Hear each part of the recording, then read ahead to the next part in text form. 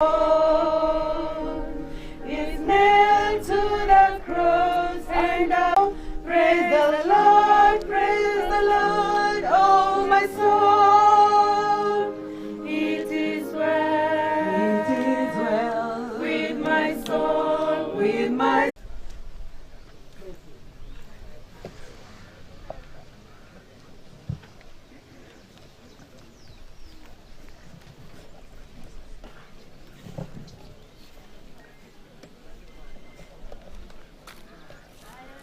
Bwana asifiwe. Bwana asifiwe. Kama vile umesikia, jina yangu naitwa Douglas. Na kwanza ningetaka kuleta rabira chuo kikuu cha Kenyatta. Na sana sana shule ambayo Moses alikuwa anasoma. Moses alikuwa katika shule ya uchumi ama economics, na alikuwa katika department ya econometrics. So kwanza ningetaka kuleta rabira zetu kama chuo kikuu kwa wazazi, familia na ndugu wa Moses wote. Moses has left a big mark in the university. I didn't know what to tell my classmates. I didn't know what to tell the school. And one of the best friend of Moses alikuwa anaitwa Dr. Angelica. And I remember when I told her that Moses had passed, she just said, "Woi, woi, woi." So pokeeni rambirambi zetu, na wote wametuma rambirambi zetu. So kuna jambo moja ningetaka kusema. I met Moses in 2019 wakati tulianza kusoma PhD na yeye. Jambo ambalo nakumbuka sana kwa Moses, alipoingia darasani alitusalimia sisi wote siku ya kwanza. And I remember tulikuwa watu 12. Na darasa la kwanza ambalo tulifanya, Moses was like our father, because ule mwalimu alikuja darasani wa kwanza alikuwa anaitwa Dr. Diana. Na Dr. Diana nakumbuka alisema kwa wanafunzi wote, kwanza nakumbuka Moses amekuwa mwanafunzi wetu mzuri. Na hapo ndipo jina la Moses likakita mizizi katika darasa letu. Ungeniambia kuwa tarehe 21 mwaka huu wa Januari ingekuwa siku yangu ya mwisho kuona Moses, singeamini. So tumesoma na Moses miaka 2.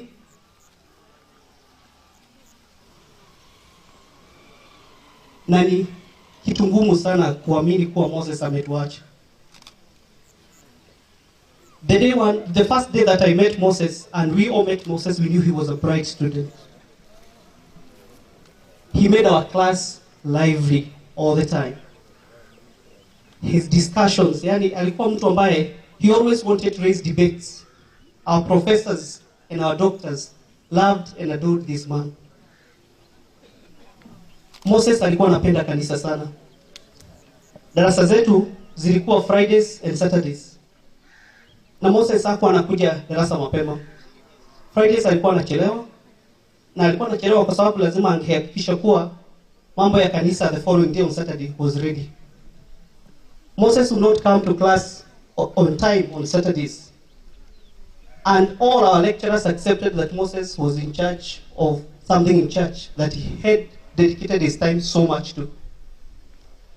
Kama mwalimu angezindisha wakati katika darasa, tulikuwa tunamaliza darasa zetu saa 7 hivi Saturday, Moses angetuka darasa, na kwa unyenyekevu zaidi anaomba mwalimu anataka kwenda kukimbia kanisani. Kama kuna jambo moja ambalo tulijua Moses kwa alipenda kanisa sana, na walimu wote walikubali hayo. Moses alikuwa anapenda chakula kizuri. We always had our lunches on Saturdays, and Moses would not miss our lunches. He enjoyed eating fish a lot. In fact, I remember ungebakisha samaki yako, Moses alikuwa anasema leta hiyo nikumalizie. He loved good food.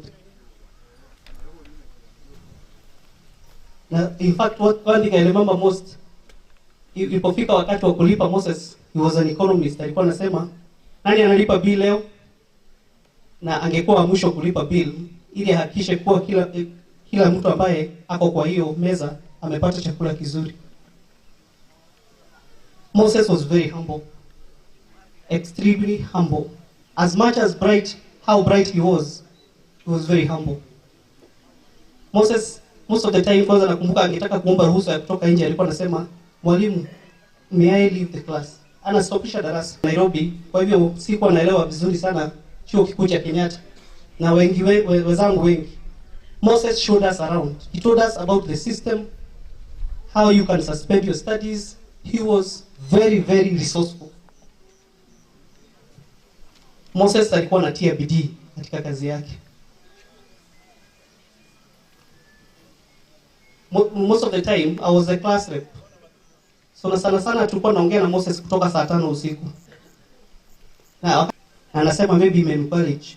So sometimes nilikuwa namuuliza unafanya nini, ananiambia nafanyia kazi familia yangu. Nataka kutia bidii. Kwa sababu najua nikilala sana sitapata kile watu wengine wapati. Investing in a PhD is not easy. Moses was a very busy man.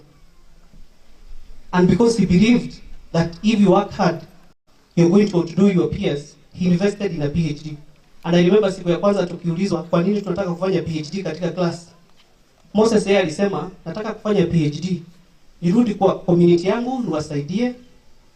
Si wadogo, wakubwa. So yeye alikuwa anataka kufanya PhD, aje asaidie jamii yake. Na pia alikuwa anataka kufanya PhD pia, aletee familia yake, what I can say, the pride of a family.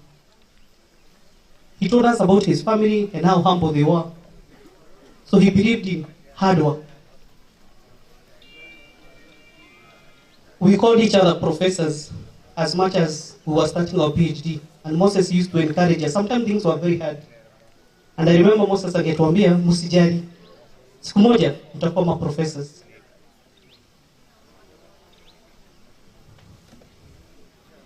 Tukiwa darasani, most of the lecturers walikuwa wanajua Moses tangu akiwa undergraduate, akiwa masters, na sana akiwa PhD. And I remember most of the time we envied him because hata walimu kama Diana ama Dr. Jericho walikuwa wanasema, Moses, we did that in masters, we did that one in undergraduate, what do you think? So you can actually see the kind of man this man was.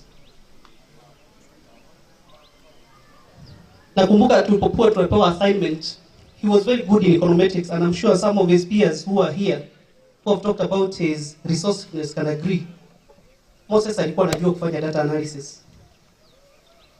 Dr. Njeri was the head of department econometrics. They relied on him so much. So wakati tulikuwa na assignment class za data, Moses alikuwa anatufanyia for free, na anatuambia tusijali, tutajifunza. Kwa sababu wengine wetu tulikuwa tunarudi kufanya PhD after 20 years, wengine after 10 years. So we were all at different levels. But Moses was the guy to go to when it came to analysis. Moses alikuwa mcheshi sana. He was very humorous.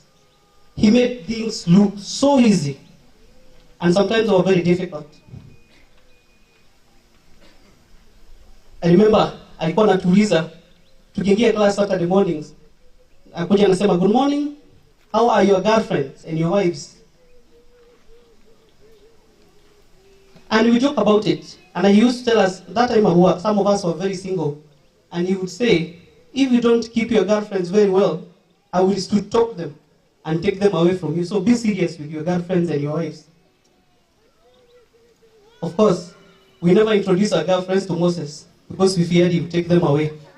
He was so humorous. He made life so fun to live. Moses alikuwa anajua kile anataka. Nakumbuka, Moses would actually, we are heading toward the end of the semester, Moses would call off a semester at the final day of exam. Why?